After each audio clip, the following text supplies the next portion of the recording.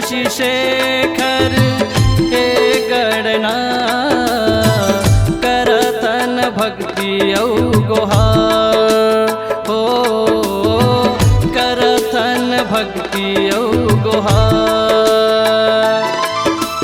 तै हर्ष विश्व के पियोइया औ दुनिया के रखोइया, तै हर्ष विश्व के पियोइया औ दुनिया के रखोइया।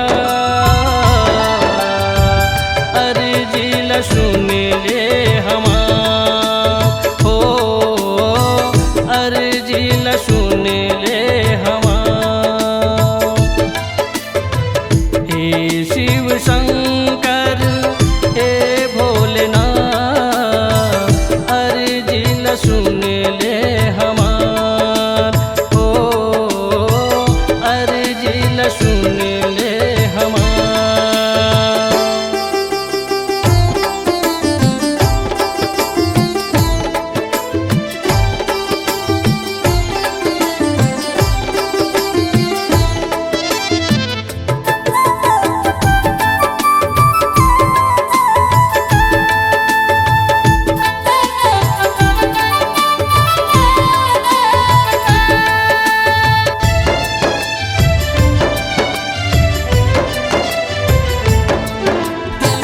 कोनो सोमनाथ कहते कोनो शंभुनाथ कहते, हवि त्रिपुरारी तोला कोनो अलकनाथ कहते।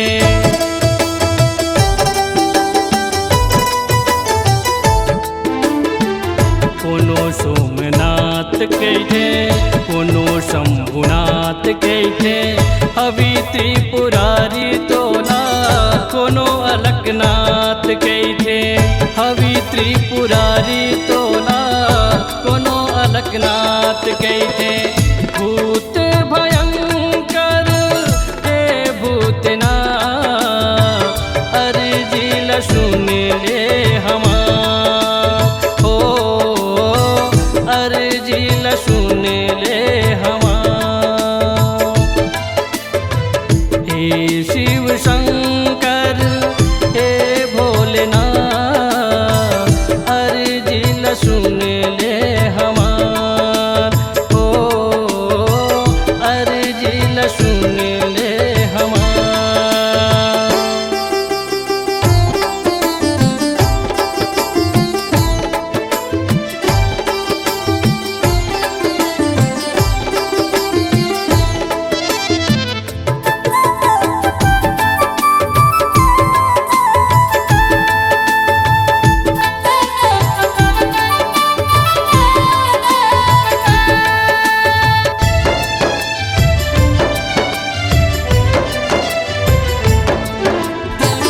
पहर विराजे तैहर गंगल धारे तैहर, नंदी सवारी तै तो दुख लहारे तै